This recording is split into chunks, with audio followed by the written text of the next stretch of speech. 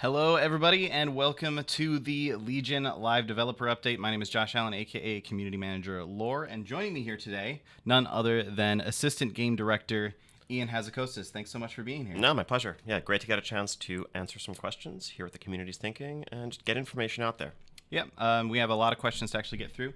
A couple things we wanted to mention just right off the top of the broadcast. We got a lot of questions asking, when is pre-patch? I know that we can't really go into details on that. Do you want to address that real quick? Sure. I mean, people have probably noticed, like, PTR has just gone up, and, I think our plans are generally along the lines of what we've done for previous expansions. We are going to get the pre-patch out there some number of weeks ahead of, the August 30th expansion launch.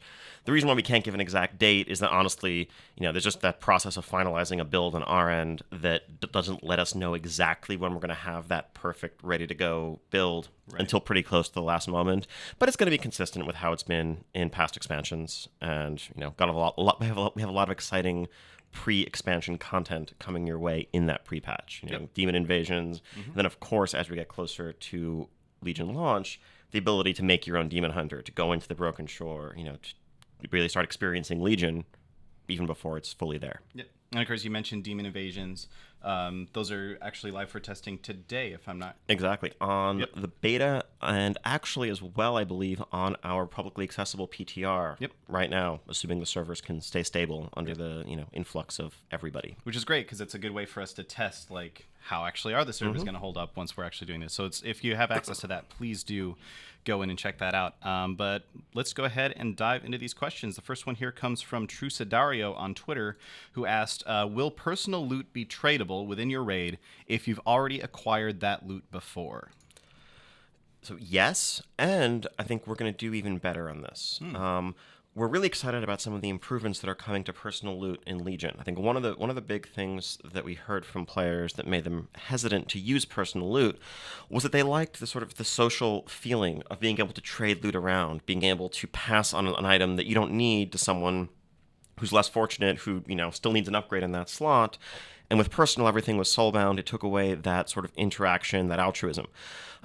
With Legion, it's not just duplicate items, but actually if you get an item from a dungeon boss, from a raid boss with personal loot on, that isn't an upgrade for you in item level terms, that is to say, if you have a higher item level item or equal in that slot, it will be tradable. So not just the same item, but just in general, we want to let you share around upgrades. Because one of the things that felt worst about personal loot was, well, I have an amazing weapon, or not a weapon in Legion, but I have an amazing, helm, and a helm drops. Oh, but I don't need it. But then there's this guy who's had the worst luck in the world who has a crappy helm, and he has to watch me vendor or disenchant it, and I can't give it to him. Well, we're fixing that. Awesome. So if I'm raiding and like you say, a helm drops, and even if I haven't gotten that helm before, if it's lower item level than the one I've already got, I'll be able to trade that to someone else. Exactly. Awesome. That sounds really, really cool. Let's go ahead and move on to the next question, which comes from Peach Pies, who asks, what happened to making leveling as a healer better? Obviously, a lot of people have been in on the beta and testing that. What's going on with healer leveling? Well, this is maybe a flippant answer, but I think we did it. So, I mean, I think we definitely have put thought into improving healer damage, healer sustained damage, solo ability. There are artifact traits that help with this as well that are focused on Legion. And I think we've found that, people are able to level with some degree of efficiency as a healer in a way that they couldn't before. Now, that doesn't necessarily mean that your individual combat times are going to be the same if you are holy as if you were shadow, let's say. But in the grand scheme of things, when you factor in downtime, when you factor in your ability to handle, trickier challenges like rare spawn encounters you might run into or tougher quest bosses without really skipping a beat, we've heard feedback that actually the time to complete a zone isn't meaningfully different between healer and DPS. DPS is a little bit faster, and I think at the end of the day, the goal was never parity. Because if a restoration shaman can kill mobs exactly as quickly as elemental or enhance, then why would you ever be a DPS, right? If you can do 100% of the damage in the outdoor world, but also you can heal yourself and others. There has to be some trade-off, right? I think what we've made a point of getting away from was the feeling, especially in some past expansions, where healers literally took 2 to 3 times longer to kill enemies in the outdoor world, and that's not the case anymore. Yeah. It's also probably worth mentioning, obviously, damage tuning is still ongoing. Yes. There's still number tweaking that's happening. And also, just from a lot of the feedback that I've seen, I know a lot of times there are other talent options that people could be taking that would help them level faster. Like maybe you're a restoration druid, but you've picked an affinity that's not like you've picked guardian affinity or something like that. So you end up doing less damage as a result of that. So maybe try different options. But yeah, from my experience, it's definitely been a lot less. I leveled as discipline in Classic on my priest. It was a terrible idea. It's definitely much better in Legion. Yeah, exactly. So. And to your point, I mean, for example, if you have a talent loadout that you prefer for dungeons, let's say, and you're leveling as a healer, well, in the most recent beta build and something going forward, I know people have obviously heard and discussed some of our talent change, talent system changes we've made. There's basically a dungeon preparation aura that you'll get when you queue into a dungeon, same as you've gotten in arenas and battlegrounds, that will let you change your talents around freely when you arrive in a new dungeon. So you don't have to worry about you can have your questing talents out in the outdoor world. Dungeon queue pops, it's no problem, just shift them around without needing to go back to town or use any items or anything like that. Awesome. All right, let's move on. Next question from Mulgris on Twitter, asking, what is the plan for preventing major content droughts going forward, particularly at the end of an expansion? So, this is one where, frankly, I realize that almost anything I say in response to this is going to sound like empty words. I think actions speak so much louder than words here, and I'm pretty sure I've answered a question just like this, 2 years ago, and then here we are with 13 months of Hellfire Citadel. It's something that is a priority for us. I think in Legion, when setting out to make Legion, I think our goal was to try to answer this question, to answer this problem, by making expansions faster than we had before. And we made sacrifices along the way to do that.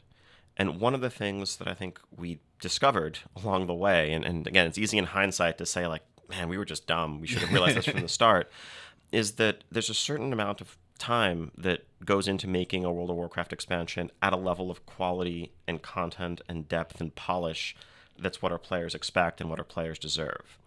And if we were to just go out and say, okay, an expansion is a few new zones, a few new dungeons, like the same old stuff, it's just kind of like a big patch, we could do that. But inevitably, when we start adding new classes or new systems or the things that I think distinguish an expansion from a patch, it takes time to iterate on that and to get it right.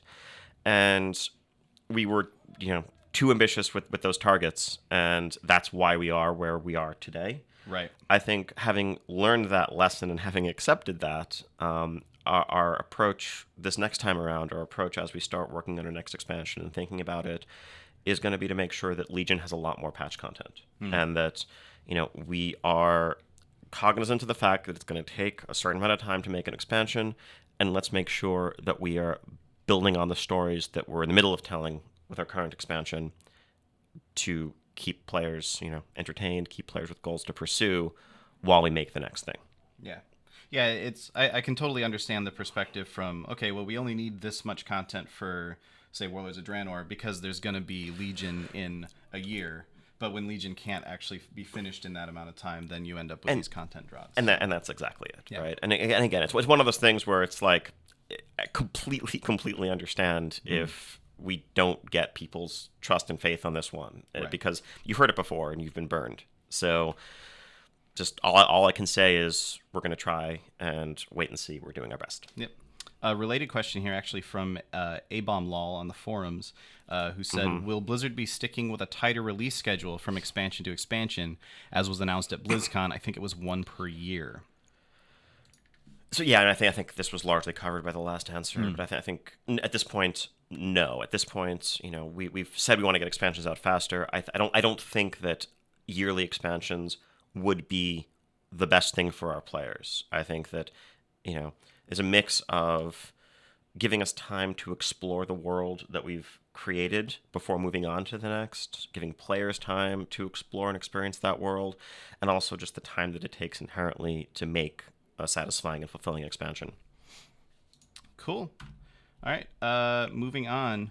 Related to some of that patch content, actually, here's a question from I Am Cody for Life, who said, are you still planning on releasing Thaldrenath in a later patch? So we are not.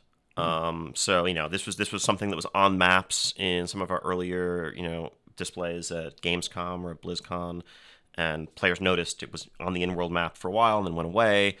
Yes, cut content. This is not a question of reducing the content we're delivering to players. This is just we had a better idea. We had a way cooler idea. At its heart, Thaldrenath it's yet another ancient elven ruined island as part of the Broken Isles that had a heavy Legion presence.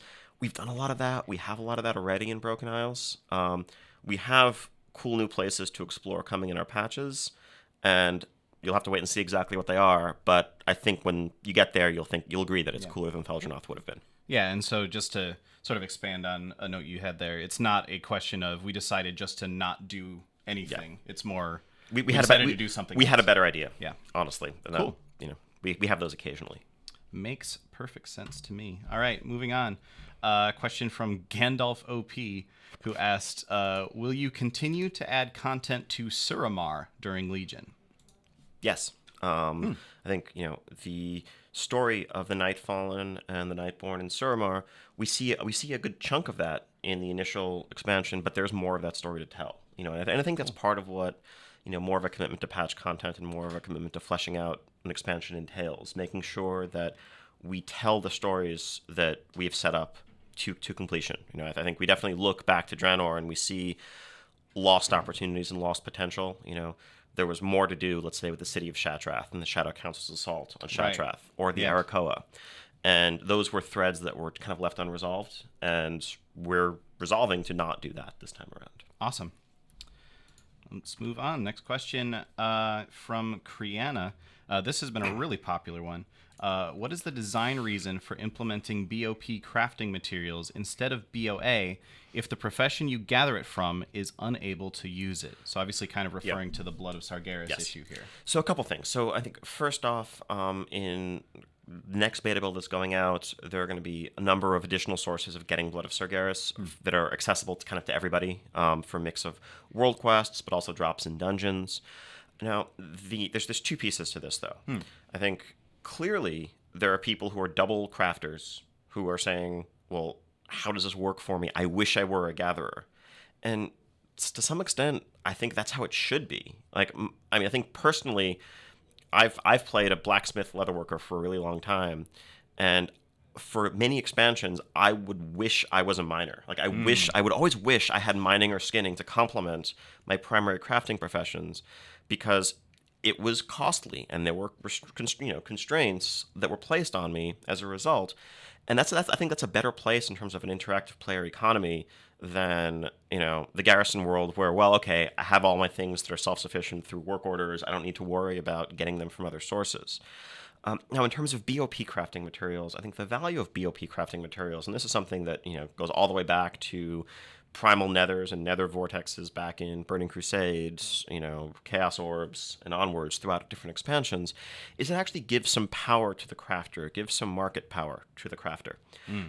When everything is tradable and all the materials are tradable, being a crafter often just entails pushing a button and then kind of hoping for tips. You're charging a combined fee. Someone hands you all the materials ready-made, right, and your only cost is the 10 seconds of your time to push a button and combine the item, and then maybe they give you a little bit for it. If it's a very rare pattern, you might be able to charge a bit more for that. But otherwise, there are times in the past we've actually seen the opposite, where players were advertising, competing for the right to craft your item to get free skill ups, which is also weird.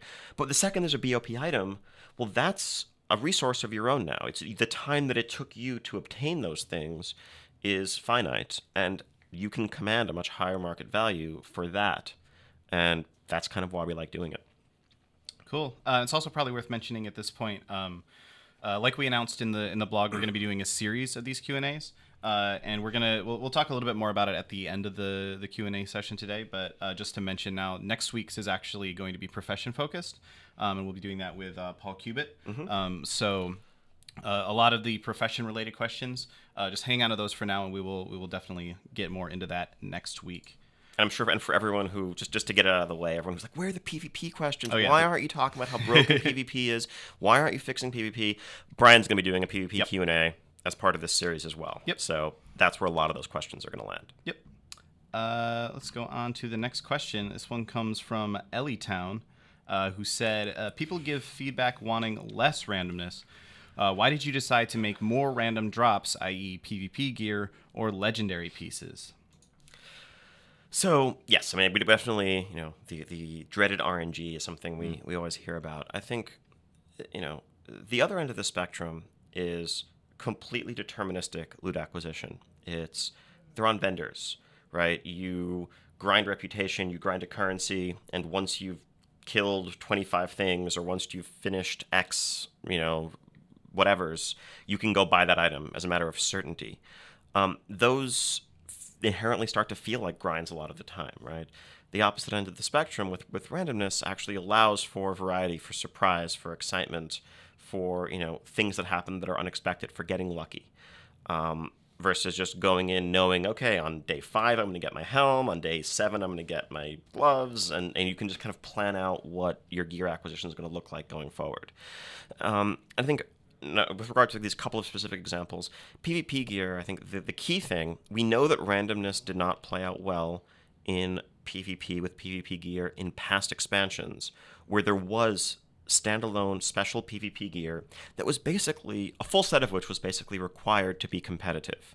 Right. And where failing to get a single piece, like if you just never got the gloves that you needed or never got the shoulders that you needed, you were truly handicapped, and there weren't other sources really that could substitute for gear at that quality that had the key stats on it needed to be competitive. And in that world, yeah, determinism made a ton of sense. But the model of PvP in Legion is that, we actually have normalized stats so that we can balance PvP separately and make gear less important. What matters is kind of the overall quality of your gear, which will slightly affect your power, just to kind of, pay tribute to the fact that at the end of the day, this is an RPG. Your stats should matter on some level, but they're far less important. In that world, well, getting unlucky and not having a great helm or not having the gloves that you want coming out of your strong boxes, right, that at the end of the day might mean a difference of literally one item level on your character as a whole, which might mean a difference of 0.1% in your character's power or effectiveness. Yeah. But the flip side there is that the gear that you get from PvP is now the same gear that you can get elsewhere in the world. It's useful for a wide variety of activities. And we want to actually encourage more people to dip their toes in the water and try PvP if they've written it off in the past because of the time and investment required, because of the bad experience of having to, if you got in for the first time and you didn't have that, whether it was resilience or PvP power or whatever, whatever expansion system you were getting into, you were getting crushed until you kind of paid your dues and got up there. Today, someone can just jump in, play some casual skirmishes with some friends, jump into some battlegrounds with the gear that you have, and maybe get some gear that you're going to take out of the system to use elsewhere. And once we're doing that, we want the systems to, to be compatible and to be equal across the board. Awesome. Let's move on to the next question. This one, sort of related, actually, comes from Surkai, I think is how you pronounce this. Mm-hmm. Said there have been suggestions about RNG protection, for farming legendary item drops in Legion. Will it be possible to target legendaries, and can you tell us anything about this? Yeah, so I think, at their core, legendaries are random. They're aiming at recapturing the spirit of world drops from, the earliest times of World of Warcraft, where, you could be killing something in the Burning Steppes and you get a lockbox and you open it and, oh wow, there's a Hand of Edward the Odd in there that is one of the strongest weapons you could imagine, that either makes you rich selling it, though you can't do that with legendaries, or just, gives your character a huge power boost that was just a result of your outdoor world gameplay. There is, bad luck protection. There is, we want to make sure that we know that with as many millions of people as play the game, there are going to be some people who get lucky, there are going to be some people who get very unlucky. We always look to take that bell curve and cut off the super unlucky tail. Right. Where we say, okay, the longer you've gone without getting one of these, the better your odds are getting under the hood, and at some point eventually you're going to get one. That doesn't stop you from getting lucky and getting more, but you don't have to worry about being, completely unlucky and never seeing one of these. Targeting legendaries isn't something that we have in the game as part of the system in Legion at launch, but it's something that I think we've talked about as we get later on into the expansion. And there are going to be mechanisms to increase the number of legendaries you can equip at one time. Once players have more than one legendary and they're choosing which they want to use, the system I think will shift from getting one versus not having one to, well, I want this one, or I want this one to pair with that other one that I have that's really cool, and that's where some type of targeting will likely come into play. And we'll have more to talk about, and we're still figuring out the details of that for the future. That's also really cool in terms of like what you were talking about earlier with making sure that there's stuff to do throughout the expansion, like sort of saying, okay, we're not going to put out the whole legendary system immediately. We're going to make sure there's still stuff to do with that and expand on that system as it goes on. Almost all of the systems that we've set up in Legion have built-in expandability, with an eye towards future patch content, right? World quests, we can add new world quests easily. Legendaries, we can add new legendaries. Nice. Our dungeon system. There's all these areas have room for growth, and we're excited about that. Awesome. Next question comes from Monkeyo. Who asked, why did you decide to allow legendary items to be active for the first few weeks of Mythic raid progression? Are you not concerned with the effects that could have on the competitive Mythic progression race? There's always some concern. Ultimately, we allowed it because this is a role-playing game, and the power that you get and the rewards that you get and your stats should matter. We always want to err on the side of letting you use your stuff, letting you use your tools in as many situations as possible. I think one of the things that's key here is the limit 1 on equipped legendaries that prevents sort of extreme luck swings or outliers from really distorting the overall player experience and that competitive race. At the end of the day, these items are powerful, but a single one of them isn't necessarily out of line with other power disparities that we've seen in past, raid progression races. Think back to Hellfire Citadel.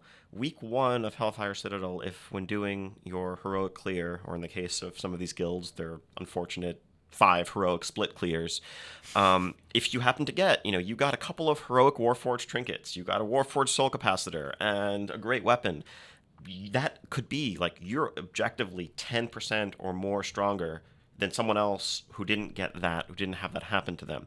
That's a larger power gap than having legendary or not in most cases. So, I think with the more variables that are involved, the more it's likely to actually even out across the board. The same person who got really lucky with item drops on the one hand in terms of getting great trinkets, probably also not the same person who got most lucky with the legendaries. Right. And I think it'll all even out. And at the end of the day, I'm confident that the winner of the race, whether it's the world race or a region or server, is going to be based more on the player's skill and dedication and not on any type of random item luck. And it's possibly worth noting as well with the competitive race, like obviously there's been these swings of randomness, like you're talking about with the Warforged trinkets and so on, for the past like several raid tiers. And we've still tended to see kind of the same general group of people rising towards the top. So exactly. it hasn't had a massive effect. There's never, that's the thing, with all of the RNG concerns, I think there's never been any indication that the race was won or lost because of those factors. Cool. Next question from Loxel. I'm sure Twitch chat's going to be really happy about this one. Says, are you going to release pristine servers so that veterans like myself can enjoy the game again? I do not mean legacy. I beg you, Blizz. Yeah, so I guess there's a couple of things to unpack here. I mean, the pristine server idea was one that we floated, just kind of as a general, just taking the temperature of the community. We know that for starters, it definitely is not aimed at sort of the core legacy audience that wants the specific experience of old talent trees and the pace of the game and the totem acquisition quest line that sends you across 2 continents and all of that stuff. Like, that's not what a pristine server would be aimed at restoring. It's more a question of things like the social aspects of the game, the need for community, the speed at which you progress through the content. And those are things that we're actually focusing on the regular game. I don't know that that's something that requires its own type of server to capture. I think there are some changes to the level up experience we've already been making, and I think there's some that we can continue to make in the future to improve the quality of that experience for a new player. I think philosophically we want to make the experience one that lets you take your time and enjoy it and have a well-paced experience if that's what you want. But, we can still allow people who really want to rush through it with heirlooms the option to do that, rather than just kind of have it be the default state for everybody. Or things like, we know that Dungeon Finder, Raid Finder, these tools, while they make content super accessible, they also, diminish some of the needs to form social ties to engage in cooperative gameplay. And, things like Mythic dungeons and other pieces of content that aren't necessarily super hardcore in terms of challenge, but that really encourage the cooperation and community play are things that, allow us to reintroduce that. It's something we continue to talk about. Obviously, none of these ideas are dead. None of these ideas are discarded. I wouldn't expect to see anything on Pristine servers in the very near future. Right now, our focus is Legion. But Right. we're learning a lot from the discussion. Yeah. That lets us think and act with an aim towards making the base game better for everybody. Awesome. All right. Next question comes from Deathnander, who asked, "How do you foresee the management of alts during Legion? Will you make the highest level of artifact knowledge apply to alts or something?" Apply to alts or something, or do you expect players to invest twice the time for 2 characters? We've actually seen a lot of confusion about how artifact knowledge works and how that relates. Yeah, to it's a other system that a characters. lot of people, even in beta, haven't had a chance to really dig into since it only unlocks at max level. So for starters, I think that I'm exceptionally excited about the potential of Legion for alts. I think that it's probably our most alt-friendly expansion we've ever made in the sense of the sheer diversity and replayability of the content. Right. You're not going through the same thing every time you play a character. You have your own custom artifact storylines. You have your own custom artifact power progression and decisions to make. You have order campaigns that vary completely. You can, because of the non-linear sandbox world, you can pick a different path through the zones, leveling up on character A versus character B. Increasingly, there's going to be new stuff out there for you to do and for you to experience rather than doing the same thing over and over again. So I think that's exciting.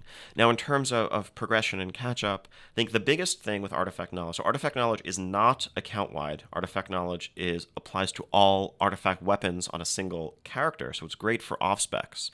But the extra hook there is that as time passes, every week that passes after the expansion launches, will speed up the rate at which artifact knowledge can be acquired game-wide. So the duration of those work orders to research additional knowledge, they start out at 5 days. So researching, let's say, knowledge level 3 might take 5 days initially. But a couple of weeks later, it might only take 4, and then 3, and then 2, and then eventually 1. And that's a server-wide thing, and that will apply both to additional characters or just someone who joins the game a few months late for the first time. Right. Let's say Legion comes out in August, someone gets it as a present for the holidays, they want to jump in there.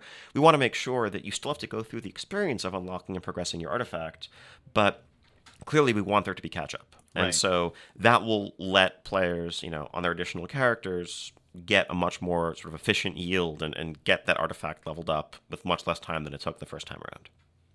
Awesome. Yeah, that actually sounds really, really cool. Let's move on to the next question. It comes from our Shady. This is a similar one as well. It said, "Many of us run a second spec for our raid teams. Could you clarify how catch-up mechanics will operate in order to allow us to maintain a viable second spec with its associated artifact power and abilities? So if I want to be Retribution as my main spec, but every once in a while my guild needs a tank, how does that work?" Yeah, so again, I think artifact knowledge is the key there. Okay. There are, a couple dozen levels of artifact knowledge for players to progress through, and you will get increasingly large bonuses to all artifact power gained the longer you spend at max level dedicating your time to raising your knowledge. And of course, the costs of traits increases proportionally.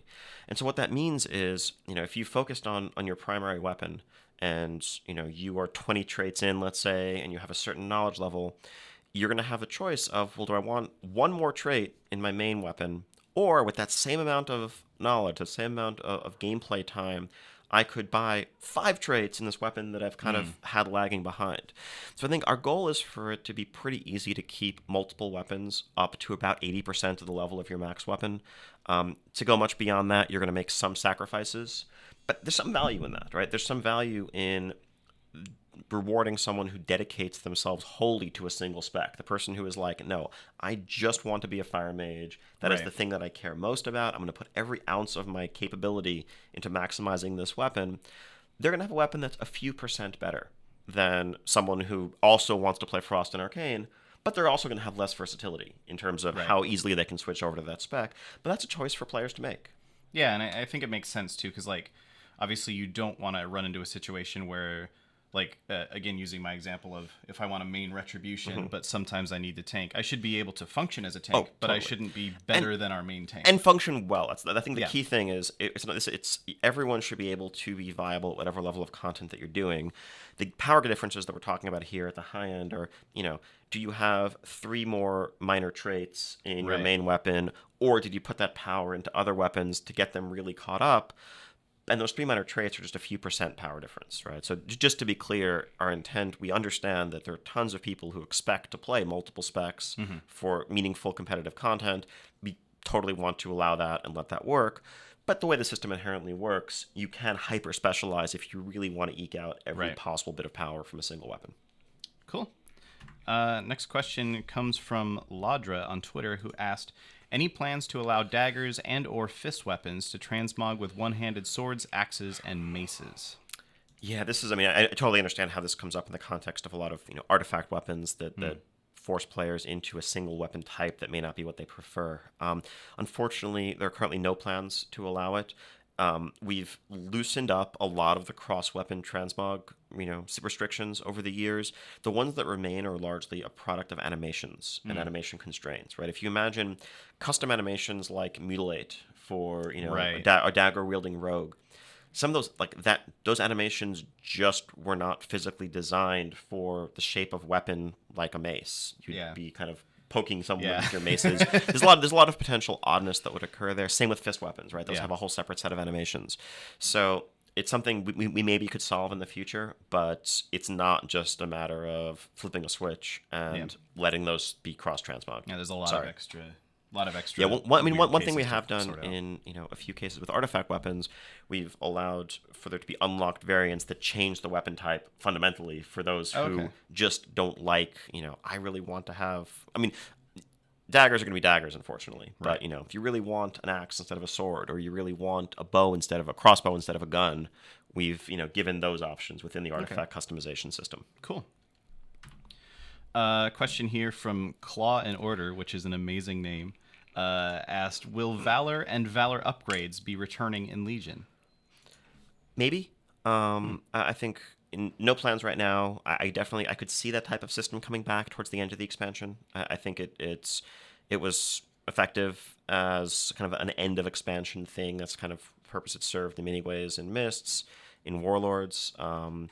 But right now, I think as you're progressing through tiers, Valor and Valor upgrades tend to get in the way because they complicate your choices in a way that you spent time upgrading this gear, and then new content comes out. The new items, are they necessary? They maybe aren't necessarily an upgrade right away until you put Valor into them, and that tends to be awkward. But once we feel like, okay, all the content we're going to release has been released, it is kind of a nice little last step to let people continue to progress, overcome some challenges they otherwise might not have been able to, and it's kind of a soft nerf to the game's content that players can earn their way into. Yeah, and you figure like at the start of the expansion, you're going to have your order hall that you're working on, you're going to have your artifact power that you're gaining, adding Valor. Like I'm sure there's other things I'm forgetting in that list. Yeah, the last thing we need is more goals to pursue at the start. There's a lot that there is to do at max level when you get there. Awesome.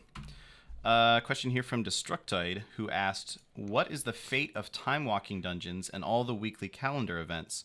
If time walking is gone, will we no longer be able to collect the rewards for them? Now, correct me if I'm wrong, but time walking isn't going anywhere. No, we see time walking is awesome. We love it. It's something we want to continue expanding going forward. So don't worry, it's not going away. Same with the weekly events. We're changing them up a little bit. I know people will be heartbroken, but the Apexis week is going away. There's no Apexis in Legion. Sorry. There's going to be World Quest bonus week where you get 50% bonus reputation from World Quests, and you can get a cool item cache from finishing X World Quests in the week, and that replaces it. But yeah, so our plan for the weekly events, including time walking, is they're going to be going on a brief hiatus right around the launch of Legion.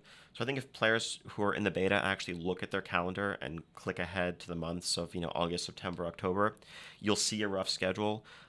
Basically, no events active for the first 4 weeks of Legion, and then it goes right back into the usual rotation with time walking, skirmish week, dungeon week, all the usual stuff. The reason for that is that what the weekly events do is push players and give you an incentive to really focus on one type of content or another. early on, when the expansion is fresh, everything is new. Right. And we'd like players to be able to just kind of explore at their own pace, do what they want to do, Yeah. rather than, oh, well, this quest is saying that I should just do dungeons this week. Well, Yeah. we don't necessarily want to lead you in that direction that early on. Yeah. But by October, everything will be back into the usual rotation, and we'll continue that way for the rest of the expansion. Cool. Question here from Thaldrenath, who says, do you see another stat squish in the near future? The numbers seem to be getting pretty big from what I've seen of Legion. Yes, the numbers are definitely on the larger side. Okay. The health numbers are large because we deliberately increased player health significantly when we removed the concept of resilience and Right. separate PvP modifiers Yeah. in Warlords. But yeah, DPS numbers are getting up to where they were in Mists, and we're going to be seeing DPS and stats around the Mists values by the end of Legion. We are probably going to do another squish along those lines in our next expansion. When we do that, I think it's also going to be an opportunity for us to look at our combat system and stats and scaling and try to come up with a more elegant solution that Right. isn't just let's do this Band-Aid thing every couple of expansions, Yeah. because I think it's better than a world where all the numbers just kind of have 5 and 6 digits and you're just kind of in silly town all the time. Right.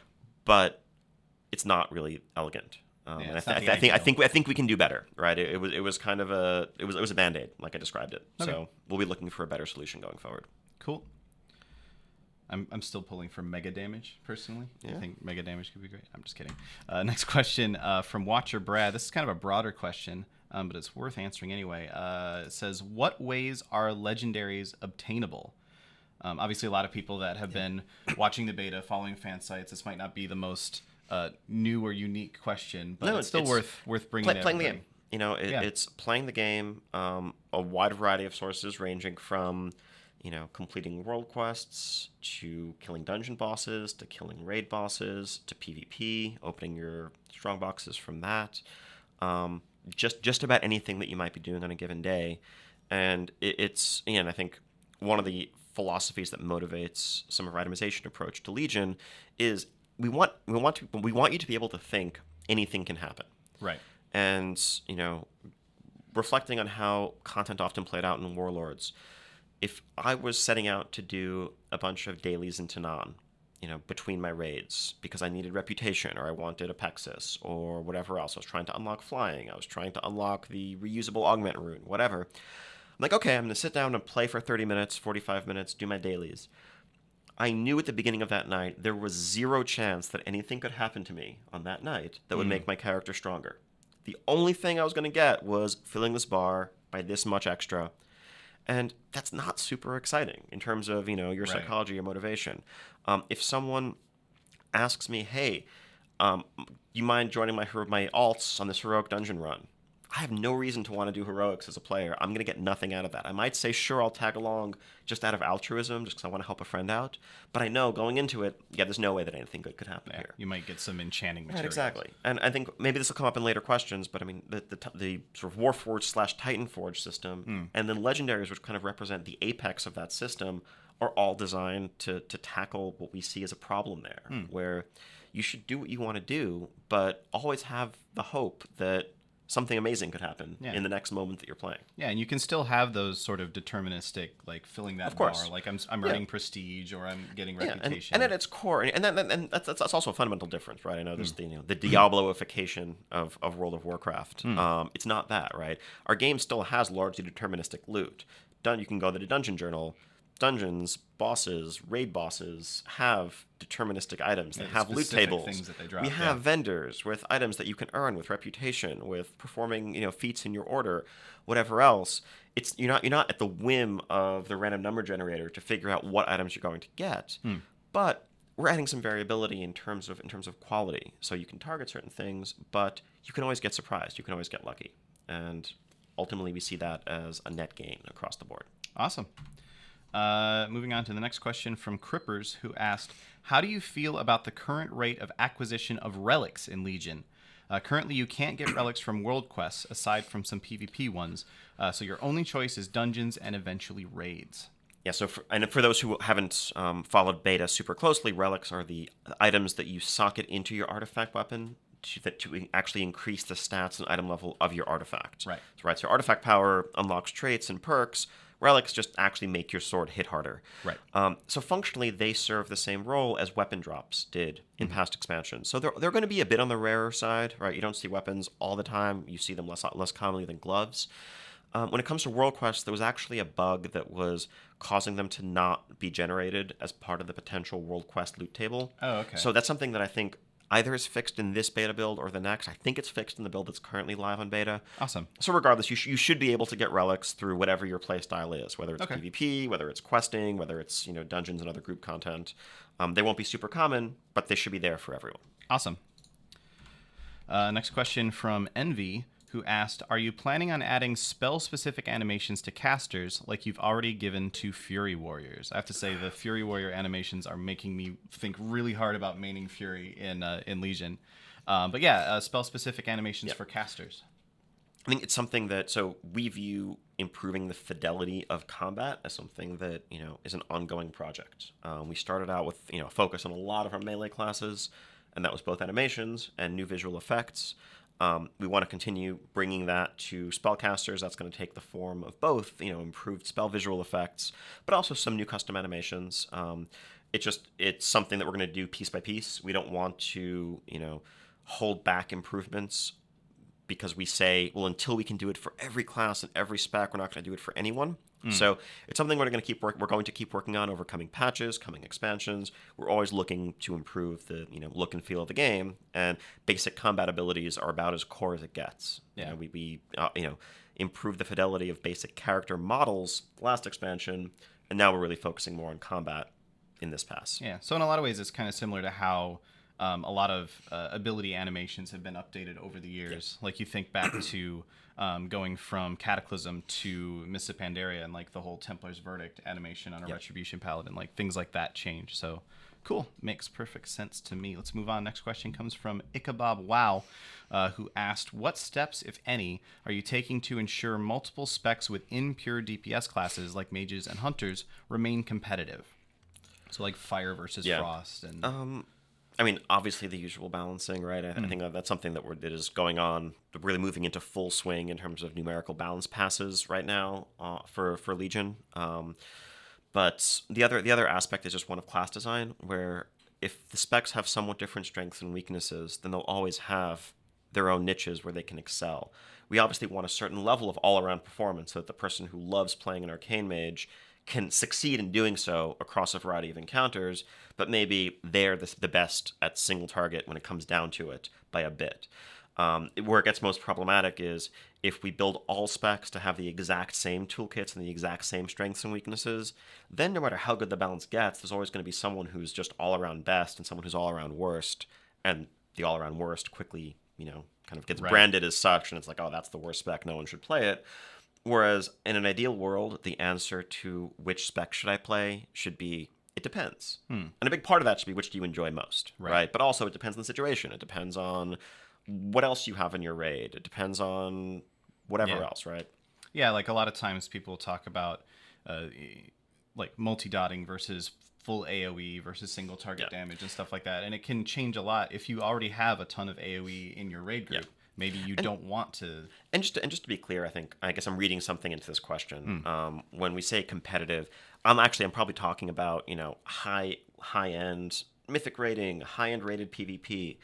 If you just want to play the game, if you're doing normal rating, if you're doing battlegrounds and skirmishes, or you're questing, play anything, play everything. It all will work and all will be effective. Yeah. So that's kind of always a baseline goal, right? Viability should be universal. Yeah, when you're talking about like. Especially you start getting into the normal rating, like the raid finder sort of area, you can see a really good discipline priest can out DPS a, let's say, less than good warlock. So yeah, exactly. Exactly. I think for most people, play what you want to play what you enjoy, and you'll be effective in doing so. Cool. Question here from Toxic Popsicle. I think you mentioned this one briefly earlier. Asking, will titanforge gear be present with raid gear as well, or just dungeons? It's everything. It's world quests. It's PvP rewards. It's quest rewards. It's whatever's out there. So I think this would be easier if I had like a whiteboard to draw on or something. But we'll get one in. You know, in the past, item level in World of Warcraft has worked like, imagine, you know, you have an axis of increasing difficulty and increasing power, and each level of content had a fixed tier of item that it could give. And what that inherently meant was, as soon as you moved beyond that content, there was no reason for you to go back. As soon as you started doing Raid Finder, there was no reason for you to go to heroic dungeons. As soon as you started doing raids, the whole outdoor world largely died in terms of item power. We could come up with other things like currencies and valor and rep to get you to do it, but it was never items. In Legion, we view each of these, instead of lines, as more like triangles or cones or pyramids, however you want to view them, that kind of taper off to a very, very fine point, but all theoretically can go to that same height. You theoretically could kill a normal dungeon boss and get a super, super, super titanforged item that is Mythic raid level. And I know some people are like, you know, their heads are exploding right now. We're sub 100th of a percent. Well, exactly. Well below that even, yeah. And I think the key thing here, though, is this doesn't destroy progression in WoW. This doesn't destroy risk reward in World of Warcraft. The fact that someone who does normal and heroic dungeons, heaven forbid, might have a Mythic raid quality item. Well, they have one. They have a legendary. Yeah. The Mythic Raider, the person who's a gladiator level PvPer, when you inspect them, head to toe, they're going to have that type of stuff. And no one's going to confuse the normal dungeon runner for the Mythic Raider because of this one item. But what it will do is make the day of that dungeon runner when it happens. And what it does and can do is give you extra reasons to want to help out a friend who's doing content that you otherwise might have seen as beneath you. Right. Or give you that occasional moment of surprise where, wow, I got an upgrade. I wasn't expecting that while I was working on getting artifact power from these world quests or whatever else, as opposed to resigning yourself to the fact that only these 4 or 6 hours or whatever a week that I raid, those are the only times I ever actually get stronger. All the rest of my time in World of Warcraft, that's about pursuing other goals. Items can be present everywhere. But again, the key thing is, this is rare. This isn't the norm. The possibility is not, you know, what's going to happen on a regular basis. And at the end of the day, the higher level of organization, the higher level of difficulty in the content that you do, the better your gear is going to be across the board. Occasional exceptions don't change that, and that's still something that's at the core of World of Warcraft. Cool. Next question here from, I have no idea how to pronounce this. I'm sorry. Galatia. I'm just going to put it up on the screen. Galatea? CYC? Something like that. Something? Yeah. Can we get a better idea of whether flying will be able to be unlocked early, middle, or late into the Legion patch release cycle? The example being late being last content patch. Middle. Yeah, I mean, I think we'll have more to talk about with our patches in the future, so without getting into super details, the rough idea is middle. There'll be more content, more patches that come out that will let you know after you've earned flying, and we're letting players begin working on their Pathfinder achievement and start getting a mount speed bonus just for doing a large chunk of those steps right at launch. Okay, cool. Straight and to the point. Next question from Boogie Wookie, who asked, can we still expect changes on class mechanics and talents at this time, or are you focusing now on tuning only?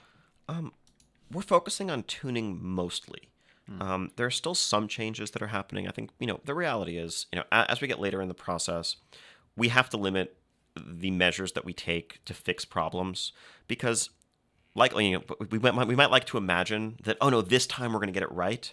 Right. But the odds that, okay, if we add a whole new talent, or we revamp how the entire system is structured, or add a new ability, or change up a rotation, we're trying to solve a problem, but we can't have confidence that, okay, this is going to be perfect, and we're running out of time to continue to iterate and make those decisions. So we're going to keep paying attention and solving those problems going forward.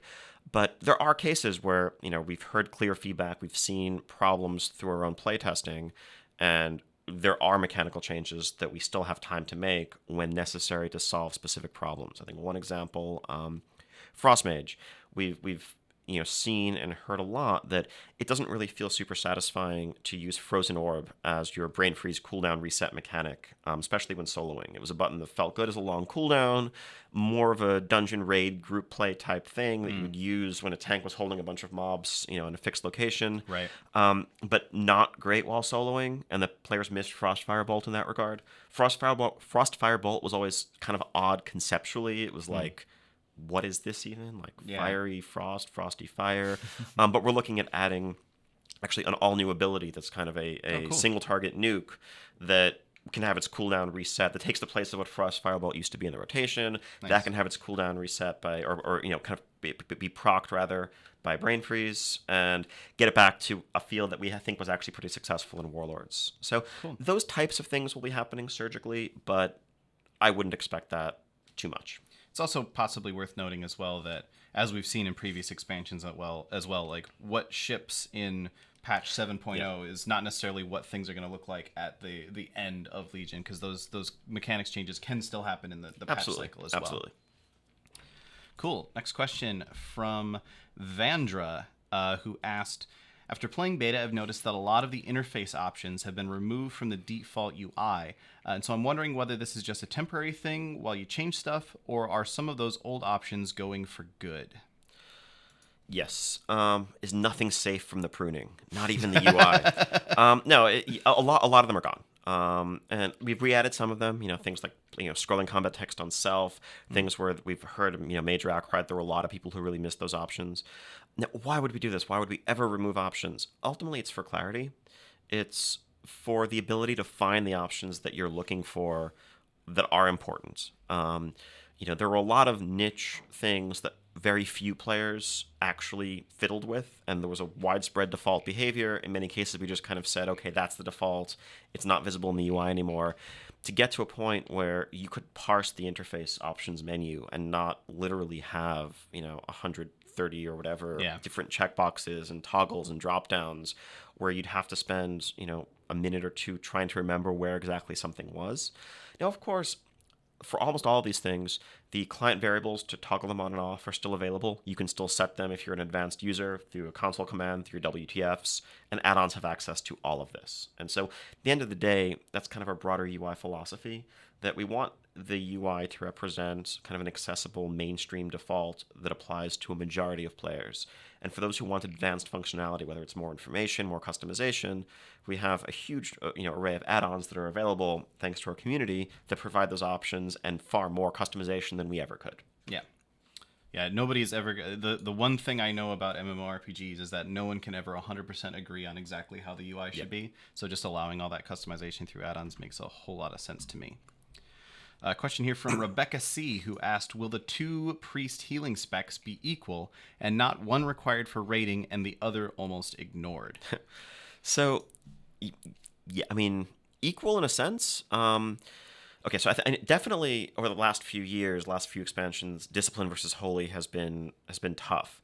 Holy priests were always good. They were always, useful and had great throughput, but they didn't bring anything that you couldn't also get from, let's say, a Resto Druid or a Mistweaver in terms of that really good blanket coverage, whereas Disc Priests brought this unique benefit and, synergized incredibly well with other healers, made other healers' lives a bit more boring a lot of the time, but that often led to the feeling that if you had a priest, your priest really should be disc. Right. Maybe if you have 2 priests, okay, then the second one can be holy if they want, or they could also be disc, and that probably wouldn't hurt. In Legion, we're really going in a very different direction here. Priests are in the unique space of having 2 healing specs within the one class. So we focused holy as the traditional healer, great at throughput, great AoE coverage, very versatile, a lot of tools. And Discipline really is more of a healer damage hybrid. And we moved them away from that, absorb niche that was about blanketing power with shield or divine aegis on the raid. So yes, in that sense, it's going to be there's a much larger difference than there ever has been before.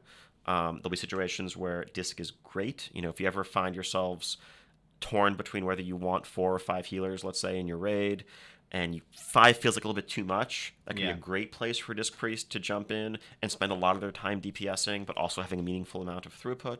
Or if you want to really focus on just healing and keeping people alive as a disc priest. You'll do less damage in the process, but they're able to carry a dungeon group. They're able to perform core healer functionality if that's what they focus on. So they're much more versatile. It won't be for everybody, but that's part of the magic of having multiple specs. Nice. Yeah, I've actually been playing Discipline a fair bit in the beta already, and even in 5-mans, I found myself still able to keep people alive, no problem, and I'm doing a lot of damage at the same time. Tally might disagree with me, but yeah, we'll just move on. Next question comes from Jonas. I'm gonna say this wrong. Yeah. Jonas Byerson, who said, "Plan to make tanks useful outside raids and dungeons. Respecking to DPS artifacts costs a lot of time." I mean, I think honestly, healer viability has been the bigger challenge in the outdoor world. Tanks have always been great at leveling and soloing. They just have so much more survivability. Even though they kill things slower one-on-one, they can get away with pulling more mobs at a time. So, I mean, I know players who are primary DPS who in the past have actually leveled as tank for that efficiency. And, we're also looking for ways to get them involved in a hopefully not obnoxious way in PvP. I know some of the tuning recently has been on the wrong side of that obnoxious line. That's something we're, actively addressing. But, tanking should be a role, but if that's what you like doing, you should be viable in a wide array of situations. Cool. Next question from Alterax, who asked, have you considered putting Ulduar-styled hard modes back in for a few bosses for an even tougher Mythic just for bragging rights and a shiny achievement? Occasionally. I think, if the fight fits it, we did something like this back in Terra Savannah this spring in Mists of Pandaria, where there was just a separate hard mode order for killing the bosses that gave a bit of extra loot. The reality, we actually found that very few guilds actually did it. So it's something, we're open to doing. I think that, in terms of mainstream difficulty structure, we're happy with the normal heroic mythic tiering, but there's always room for one-offs. There's always room for bosses that break the rules and just work in a different way, and it's something that will happen organically. Yeah, and remembering back to Wrath of the Lich King with those Ulduar hard modes, I remember at the time Blizzard was talking. I wasn't at Blizzard at the time, but Blizzard was talking a lot about, yeah, these were cool, but we don't want to have to come up with a gimmick for every single boss fight. Well, yeah, and it's not even necessarily that we don't want to do hard design. It's more that often it's inelegant design, and often it leads to problems where it's like it's really unintuitive how you activate this hard mode without reading a guide online. Yeah. Or, oops, we accidentally killed XT's heart, and bad things are happening. Now it's just gotten a lot harder, Yeah, so the direction I was going is it's more about finding those good opportunities. Like, maybe we can do something cool here with the way that this fight is working out, but not necessarily, like, going straight for it. Here's a straightforward question from Supatees, who asked, will you ever add a third spec to Demon Hunters? I mean, it's hard to say ever or never, but I think there isn't a one-size-fits-all formula for the number of specs that fits a class. And obviously, Druids have 4. We went with 2 on Demon Hunter because Healer just felt off for them. Right. And we could have explored, like, okay, maybe they have 2 DPS specs, but I think what that would have entailed was separating out the things that are cool and iconic about Demon Hunter and saying that half of them go here, half of them go there, and each of the 2 would have been lesser as a result of it. Like, I could have imagined a more, magic or fell energies focused half and a more melee combat physical oriented half. But part of the unique magic of Demon Hunter is that combination of the 2, right? Yeah. So I think we're really happy with how it's played out as a 2-spec class. You never know what the Preacher might bring, but no plans to change that right now. Yeah. Like, maybe you could have had one spec that had I-Beam and one spec that had Fell Rush, but instead just why not both? Yeah, so, exactly. There you go. Next question. We are running short on time here, but just trying to get through these as quickly as we can because there are a lot of questions that we've obviously not had time to get to. Question here from, I'm going to say that wrong anyway, so I'm just going to put it up. Will we be seeing any dungeon sets in Legion? I think I've seen an Epic class order set, but is there anything like Dread Mist? There isn't. It's something that, we definitely think back on fondly as well that we may do in the future. We went instead with a max level set that's a non-raid set that is obtained through a wide variety of content, including dungeons, through your order hall. That's kind of a game completion set that's a goal to pursue in sort of the same way that the end game sets were in early World of Warcraft at a time when dungeons kind of were the only end game, right? When you hit max level, when you were level 60, well, the way you got better gear was you just went into dungeons. Whereas now we have this array of dungeons and world quests and raids and other content, so the set kind of rewards doing all of them evenly. Cool. Here's a good question from N Halls on Twitter. Said, will the legendary ring be nerfed just like previous legendaries? I cannot talk today. Yeah. For example, the cloak from Mists of Pandaria. Yes. The power of the proc and the passive will decline as you level towards 110. It's still an item that you're probably going to wear if you have it especially fully upgraded with Crystallized Fel. You're probably going to wear it all the way up to level 110 and use it for a bit at 110, but it's not designed to, be used in raids or to last beyond that. And just because we see this question come up sometimes, plans for removing the legendary ring quest chain? Yes, exactly the same as what we did when Warlords came out. In the 7.0 pre-patch, players will be unable to begin the legendary ring quest line if they weren't already on it. And then when Legion actually drops on August 30th, if you haven't finished it, those quests will go away forever. So we kind of want to give a window for people who are close to the end to finish it out. We're not letting new people start because it would be kind of a trap. If you're just only starting at that point, there won't be enough time for you to finish it. Cool. All right. Well, I think that's about all the time that we had for questions here today. Is there anything just like burning that you really want to get out there? No, just honestly, I love doing these. Great questions, and I'm really excited for the next few weeks. We want to touch on topics like Josh mentioned, professions, PvP, artifacts, world quests, and more. And those will be focused, topical ones. Love to hear, not just obviously keep an eye out for those being announced, keep an eye out for submitting your questions, but I'd also love to hear from the community if you like this format. It's something I think we'd like to do more. I could see us doing something like this on a pretty regular basis, with the understanding that there isn't always necessarily a brand new expansion to announce or crazy new stuff to talk about. But it's great to just get a chance to take the pulse of the community and just respond directly to some of the pressing concerns that are out there. Yeah. So yeah, definitely like Ian said, we're kind of experimenting with this a little bit. We'll see how this format goes, and definitely let us know how you feel about it. And yeah, next week is going to be Professions. We'll be talking about Professions with Paul Cubitt, who's one of the lead designers working on that system for Legion. So definitely keep an eye out. We will have another blog and forum post going up to gather questions for that. And on Twitter, we'll be using that hashtag LegionQA once again for Professions questions. I think you can go ahead. I'll just go ahead and say at this point, if you're on Twitter, go ahead and use that hashtag LegionQA and start sending in your Professions questions. And then we will be getting that forum post up for gathering questions through the forums as soon as possible as well. But yeah, thank you so much, Ian, for being here today. It's a pleasure. And going through these questions. Thanks so much, everybody, for tuning in. Yeah, and thank you guys for the great questions. Yeah. And we will see you guys next week. Right. Take care.